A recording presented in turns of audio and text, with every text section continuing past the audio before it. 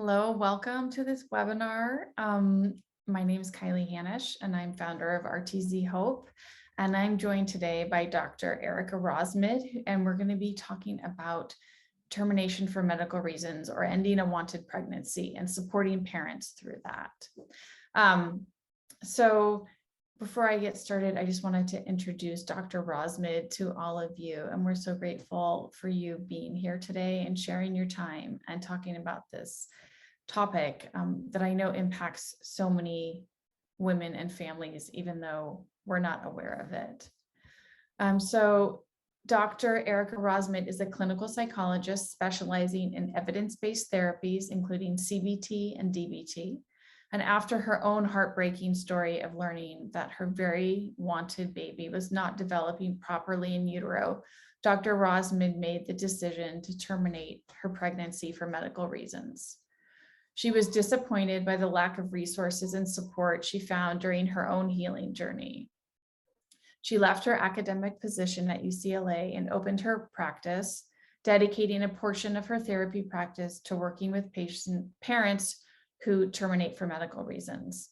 In addition to her Instagram, which is the @TFMR psychologist, where she shares a raw description of what it's like after losing her baby, she has also created a TFMR therapist directory and plans to expand her services over the next year. So thank you, Dr. Rozmid, for being here, and I will hand it over to you. Great, thank you so much. So I'm going to go ahead and share my screen. And so for today, this webinar is for providers who are working with parents who end their wanted pregnancy. And here's just a little more about me. So I'm a clinical psychologist, and I'm also a mom to my baby Shayla Brooklyn, who I lost in April of 2021. And the reason why I'm presenting here today is really because I'm able to bring both of my personal experience of losing my baby with my professional experience of being a clinical psychologist. I also was completely lost during my postpartum journey and in the decision-making aid process of deciding whether to carry to term or terminate my pregnancy. My medical leave, which I ended up leaving my job completely, but it turned into a research project where I was just trying to find resources about how to help myself. And through that process, I learned there's really not much out there. So because of all of this, I'm really determined to fill in the gap for parents who terminate their pregnancies and to provide adequate resources. Also, Kylie and RTZ Hope has like a really soft spot in my heart because it's been such an important piece to my healing journey.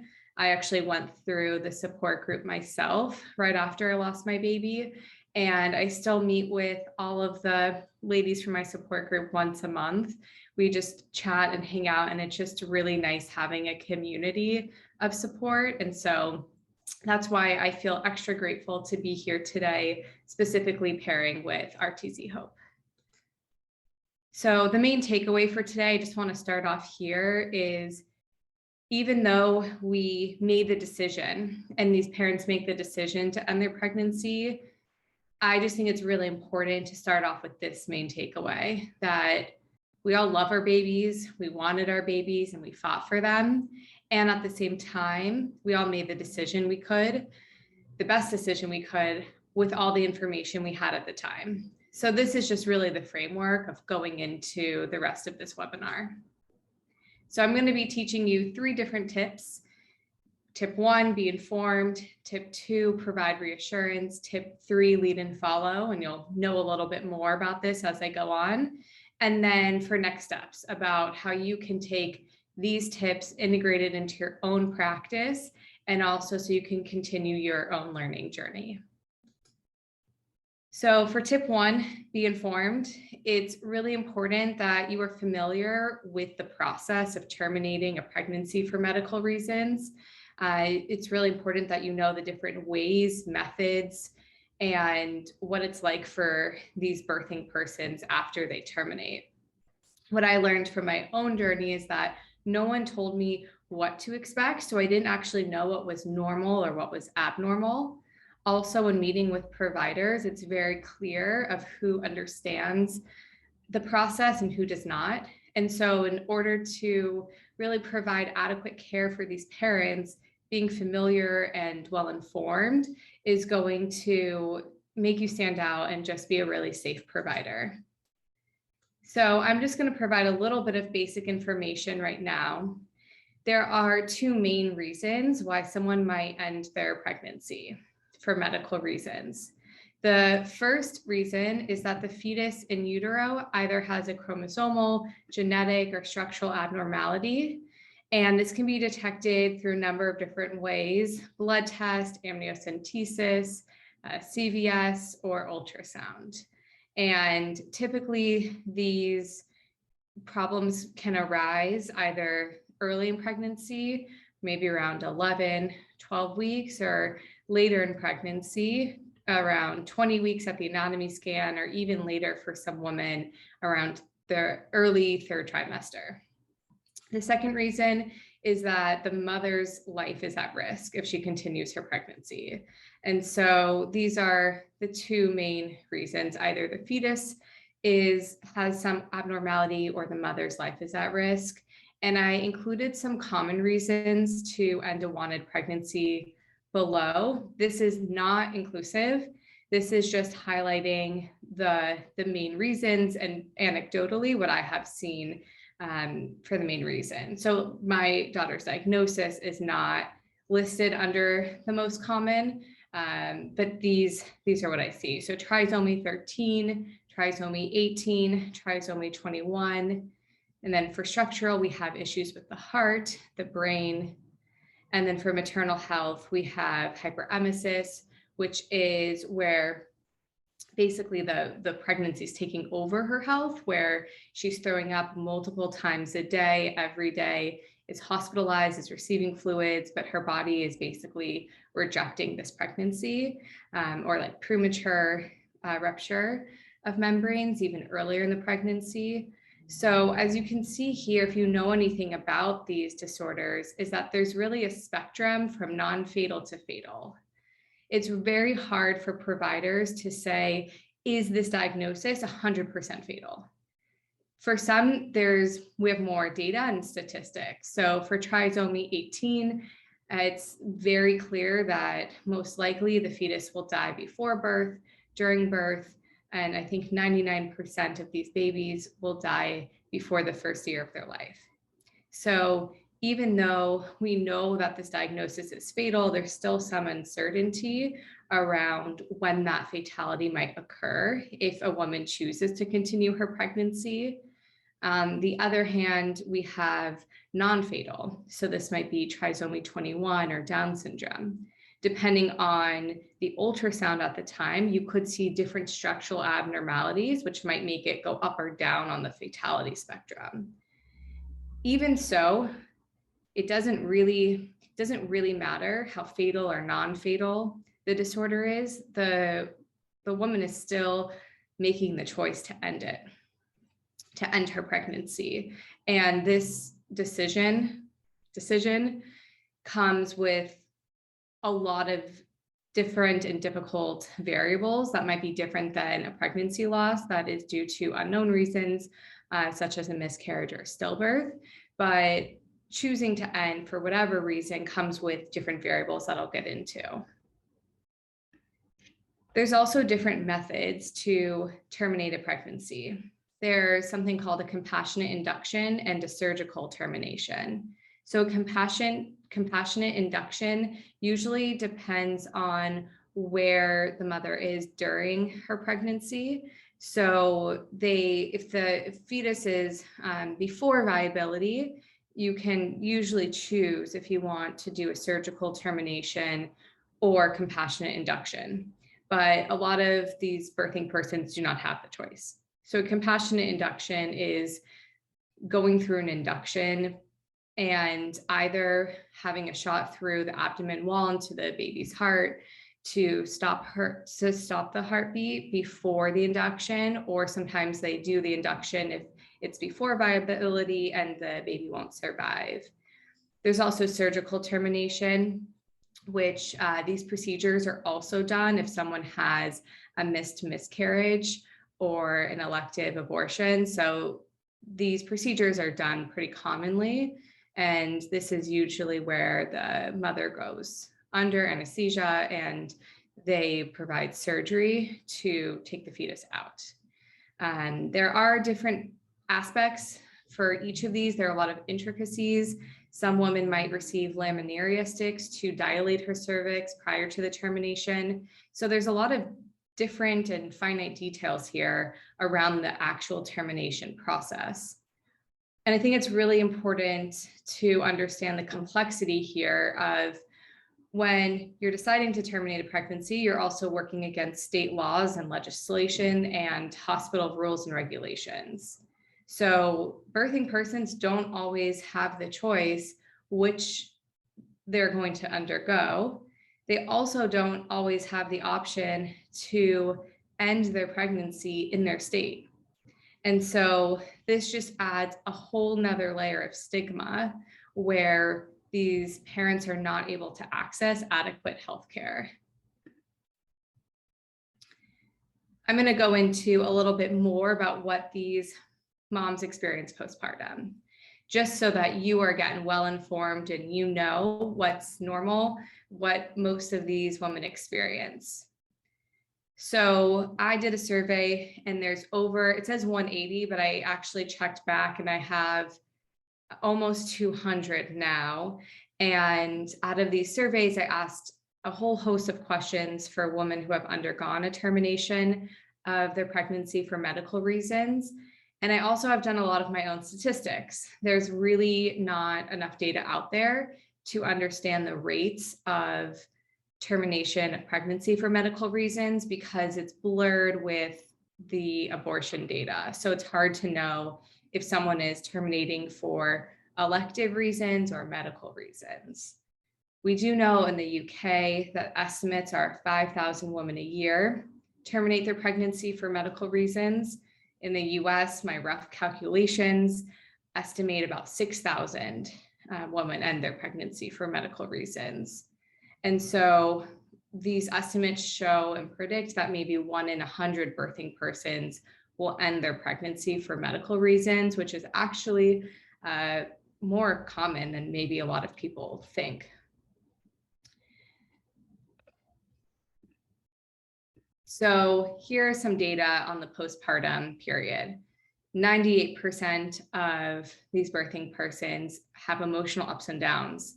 I mean, you can think about the grieving process and also the postpartum emotional up and downs. About half of these women's milk came in. And I think it's important to understand that because of the different timelines of when these women end their pregnancies, if it's at 12 weeks, their milk might not come in, but if it is second trimester or beyond, that's possibly going to happen. I was never told that my milk was going to come in. I was never told that I was going to have a postpartum experience. And as a first-time mom, it was very confusing and I had no idea what to expect. I was left Googling at my computer.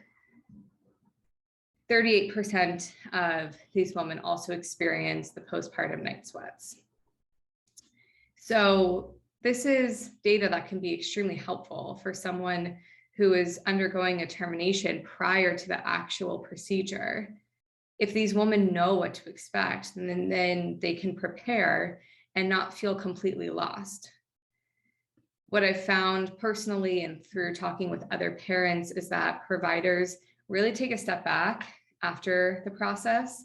And it's really important if you don't have the resources to meet with these women to at least provide them with these resources.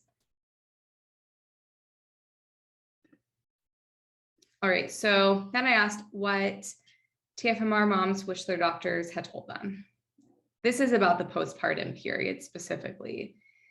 And there were hundreds of comments, but these were the most common. Their milk coming in, the up and down emotions, the night sweats, that it would take months for your body to come back to its pre-pregnancy state, that I would be postpartum, wishing my doctor had reached out after, that it would be just like when my living child was born, but lighter, and what was normal and what was out of the ordinary. So if you can imagine, these women are having to make the decision to end their pregnancy. They lose their baby who they desperately wanted. And then their doctor takes a step back. They're left with experiencing all of these postpartum symptoms. And then there's the extra layer of guilt and stigma about the political nature of ending a pregnancy. So tip 2 is really about providing reassurance. There's this extra layer of guilt that comes alongside deciding to end a pregnancy that is not necessarily the same degree to other types of baby loss, because there could be layers of guilt around what did I do? How did I get here? But I was the one who signed the paperwork in the hospital to say, please end my baby's life. That is unlike any experience of most types of baby loss. And it's a really hard place to be because I desperately wanted my baby and I consider her to be my first daughter. And on the other hand, I knew that she was given a life of suffering and she likely would not be able to walk, talk, eat on her own, or possibly live a very long life. And so when you're given those two options, it doesn't always feel like a decision to end the pregnancy. And a lot of people can decide to carry to term, and I can understand why someone would make that decision. And being in the position of TFMR parents is that they don't feel like they really have a choice, and then they need the choice to be able to move forward versus being forced to carry to term. So TFMR parents, 76% of them reported that they were afraid to share their story for fear of judgment from others. And I know that a lot of people tell others that they lost their babies and don't necessarily share the details about how, because of this fear. And a lot of this is justified fear as well.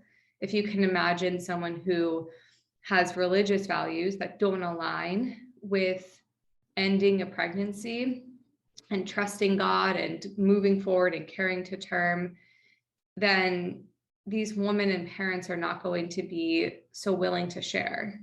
And even though I'm doing this webinar today and I've shared my story very publicly, I was terrified to share. I was terrified to lose friends and family. And so I started sharing just to see, are people going to leave me? And yet here I am very comfortable and confident talking about my loss. And I still had that layer of guilt. And you can understand where the guilt and shame maybe comes from once you read through some of these comments. Again, I received hundreds, literally hundreds of comments, extremely painful. And these are just some of them. The diagnosis isn't that bad. Could you just wait and see if it gets better? At least it wasn't a real baby. At least you can have other children. Trust God, not the ultrasound. Just tell others you had a miscarriage. What if the doctors were wrong and you killed your baby for no reason? So this might be shocking. I mean, it should be shocking that this is what other parents are hearing when they are going through the same grieving process as any parent who has lost their baby. So this is why it's really important to provide this extra type of training and information to really understand the underlying factors here that would make it much more difficult for these parents to reach out for help. So as a provider, there's so many different ways that you can create a safe space and reassure. Early on in the process, it can be really helpful to, if you agree, you don't have to force yourself to say anything, but if you agree with this, you can say things like there was no other choice, or you did what you had to do in order to protect your baby from a life of suffering. For parents who terminate for their own health reasons, you did what you had to do for your own health. You saved your life. I've heard a lot from mothers who terminate their pregnancy for their own health reasons that they have been told that they chose death, and really they chose their own life. So mothers' lives matters too. And the reassurance through language and words can also be done just through sitting and listening to someone's story. It doesn't always have to be completely outward. It's important to find a balance of what feels authentic and genuine for you, and also to really understand the intricacies of what kind of reassurance would be helpful for these parents, knowing the level of guilt that they carry.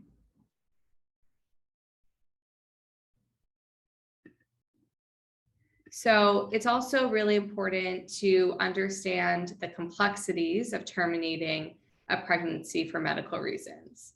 So these mothers have to make quick decisions sometimes. I know some that had to make a decision on that day based on the state policies around when you can end a pregnancy. Many women are forced to go out of state to legally end their pregnancies. There are abortion laws, politics, religion. This is all part of the experience when making the decision to terminate. So there are so many factors that are going on when a woman goes in to get an ultrasound, or when she receives her blood results back, or when she gets a fetal echocardiogram or fetal MRI, and they are told, here are the issues with your baby. Here's what we expect to happen. Either this is a known disorder and we know most likely that this is fatal, or this is somewhere along the spectrum and here is the spectrum. And sometimes parents are given the idea that the spectrum could be anything and they don't really know what could happen. Other times they have more certainty. So after they're given all of the information about the medical complexities, they are then, and they make the decision, they then might have other blockers that get in the way. It's also depending on which state you're in and what determines what type of care you receive. So for some of these parents, if they are in more conservative states, their doctor may not even offer a termination of pregnancy for medical reasons. These parents might have to do their own research, find out their own options, and ask their doctor if this is an option. And then they don't even get care in their own state, not because of the state laws, but because of the doctor's beliefs. So again, extremely important to understand that there are so many different factors here. There are, because of these state legislations, there's also insurance cost. So I know some people who end up flying to the Boulder Abortion Clinic, which is in Colorado, and they perform these third trimester, second trimester terminations. And these parents have to pay upwards of $25,000 out of pocket. So there's also a financial aspect here. And all of these factors together, you can imagine, might create a space where these parents are frantic. They want their baby. They're coming up against all of these barriers. And then they also feel awful about being in this position and ultimately making the decision to end the pregnancy.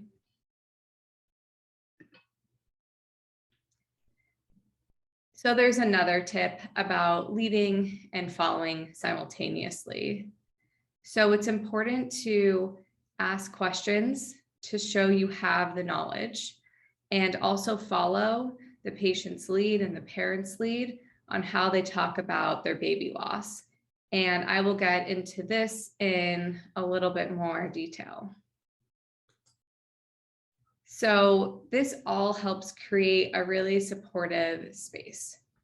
There are questions that you can ask as any type of provider. The first time you meet this parent in a room, or the first time you know that they are making the decision or have made the decision to end the pregnancy. And this shows that you are informed and know what baby loss parents might want. So a few questions could be, did you name your baby? Some parents decide to have a name or a nickname and others don't. And if your parents in front of you give you a name, it's really important to write that name down. I know for my OB, when I saw her after my own loss, she had asked me, did you name your baby? And I said, yes, I named her Shayla, and her middle name is Brooklyn. And I saw her write my baby's name down. And in that moment, I just felt like, oh my gosh, she cares. She really is thoughtful and is taking the time. And I want to continue working with this provider just from that simple gesture of asking me about my baby's name. She then went so far to write it down in her, I don't know, OB journal. And I am currently pregnant in my pregnancy after losing my baby, and she comes in every single appointment and will call out my daughter's name, Shayla, and will tell me that she has her name written in her book and she's here to support me. And it's the small gestures like that that really reduce the shame and guilt around the decision, and knowing that we are grieving like any other parent and we are being treated like that. I'm also in Los Angeles, and so we have more liberal ideas on the West Coast versus some of the more conservative states. And so it can be really important to take that extra step, anticipating and almost assuming that their other experiences with other providers have not been as safe and supportive. A few other questions that can be asked include asking, are there any specific dates that this parent would like to honor their baby? Some parents like to honor and celebrate the birth/death day of their baby, so the day they delivered or had the termination. Others might like to honor and celebrate the baby on their due date, or there could be a completely other date. And so rather than making this assumption, you can ask, and also be open if this parent doesn't have any dates. They may not want to honor their baby in a specific way, and that's totally fine. But by asking these questions, again, you're showing, hey, I'm not afraid to talk about this, and I'm a safe space. And the last question is really important depending on what kind of setting you're in. So if this is a clinician who's meeting with a patient who is deciding to terminate the pregnancy, they just found out the results, or they have already lost their baby, starting off with, would you like to share your story, is a really great way just to show that you are willing to hear their story, validate their story, and it can provide them an opportunity to share because they likely maybe have never shared with anyone. Again, I've heard from other parents that they have only shared the story with their partner because their partner lived it and they haven't told anyone. And so you could be that first point of contact where you can actually change the trajectory of someone else's healing journey. Of course, if you are in a different setting and you're not a therapist and you might be a different type of provider and you have limits to the number of sessions or meetings or appointments or the length of each appointment, you don't need to ask so open-ended questions like, do you want to share your story? But there are some potentially other pointed questions you can ask, like, did you name your baby? And are there specific dates that you would like to honor your baby? And then that's the leading part. So that's just showing that, okay, I can talk about this, and they will be more likely to share with you, probably more likely down their healing journey. But it's also just as important to simultaneously follow the parent's direction. So what I mean by this is that different parents have different language for how they talk about their loss. Some parents might say, this is my TFMR, or I ended my wanted pregnancy, or I had an abortion. There are some parents who want to destigmatize the idea of abortion. And so just use that because it's technically the procedure of what happens is an abortion. But if a provider just uses the word abortion and someone really feels connected to ending a wanted pregnancy, that can be extremely dismissive and invalidating. So it's first important to hear, how are these parents talking about their baby loss? and then using that, and not to hold on to that and assume that's the same for everyone. It's also really important while they're sharing these things to validate, to hear them, to reflect back. These are simple ways that you can make a huge difference in these parents' lives. So it's also really important to provide what I call trauma-informed care. So as you can imagine, I told you all of the different barriers and complexities that might occur and that do occur after a parent has already made the decision. We didn't even get into the decision-made process, but that process is traumatic enough. Even if women choose to carry their pregnancy to term, being in a position where you are needing to say yes or no can be very traumatic for these women. And so providing trauma-informed care is being aware to not over-pathologize normative behaviors of baby loss and grieving parents. It also means to use all of the other tips that I told you about, being well-informed, validating, leading and following the parent's lead. I think it's also main point is to how can you treat these parents as though they endured baby loss like any other parent? I was in a different group where it showed here are the different types of baby loss: miscarriage, stillbirth, ectopic, and then in a new category, it was termination for medical reasons. And this was in a place where termination of medical reasons, they know, they were well informed, should be a part of baby loss. And yet it was still put apart, and it just feels like so much more stigmatizing when TFMR is not considered a part of baby loss. So again, we parents deal with losing our baby the same way as anyone else. And we have the added layer of guilt around making that decision and the shame and fear of being rejected by others. So these parents tend to grieve in silence, or they grieve by sharing and might get rejected. There are many parents I've spoken with and have heard from that have said that their parents and family members have completely disowned them and pushed them out of their life. And now they're left with losing their baby, and they're now in the position of losing connections with family members who have said really awful and very invalidating things.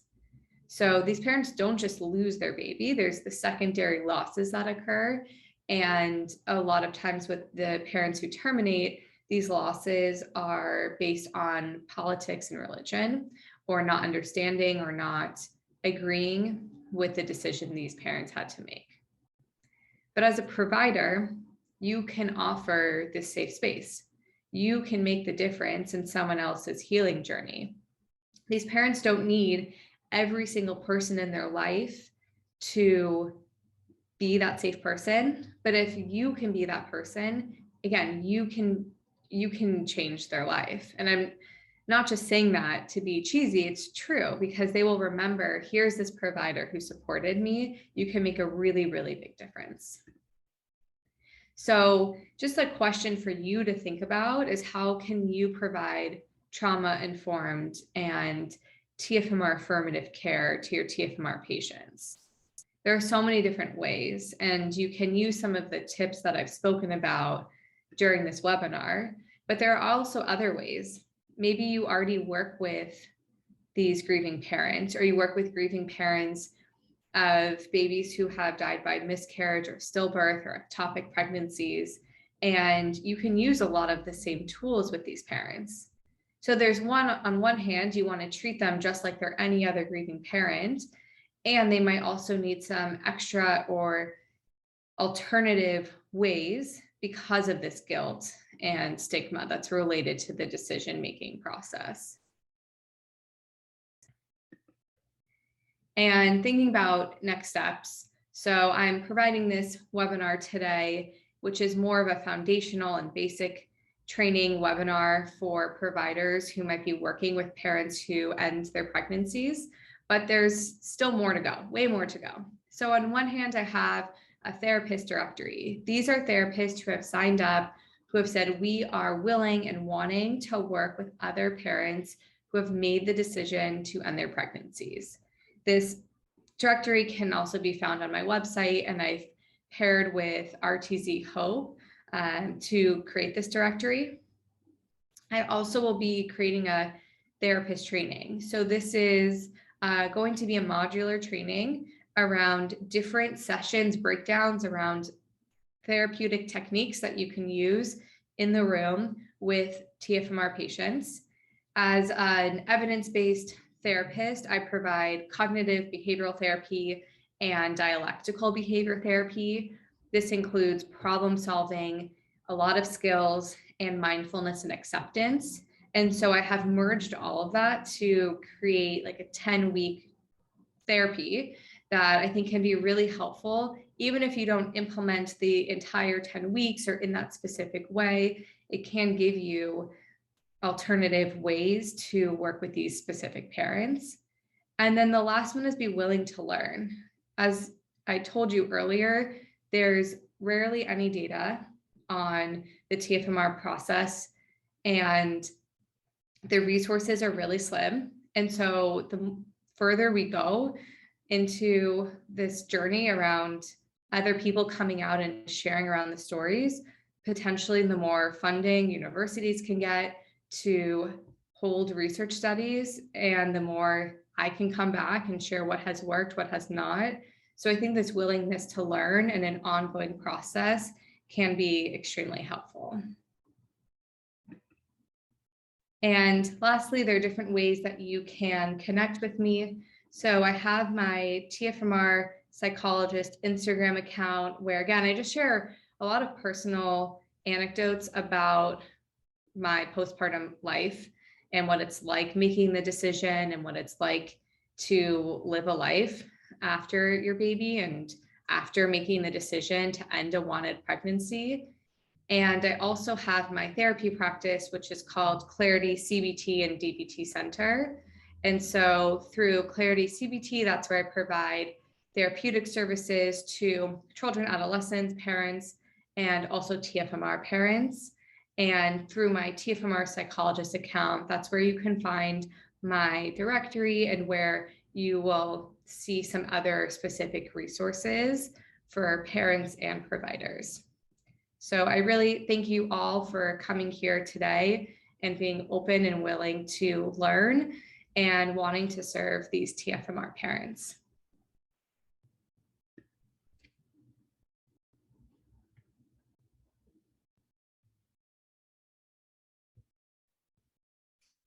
Thank you so much, Dr. Rozmid. I even learned a few things in that, even after being going through the support group. So I know that it's really valuable information in creating the safety for TFMR parents to navigate their grieving journey. Yes, thank you for having me on. It's been great, and it's been great working with you in a different capacity as well. Yeah. So I just want to let everybody know that we on the Return to Zero Hope website have a page devoted to TFMR with links to other, I would say, a lot of social media accounts or blogs to learn more. But we also have virtual support groups for ending unwanted pregnancies, and in addition to our other support groups. And so I encourage you to take a look at that, and for you providers to refer your parents to those groups. So thank you again for sharing this important information. And I'm just really grateful that we can give this information to providers. Okay.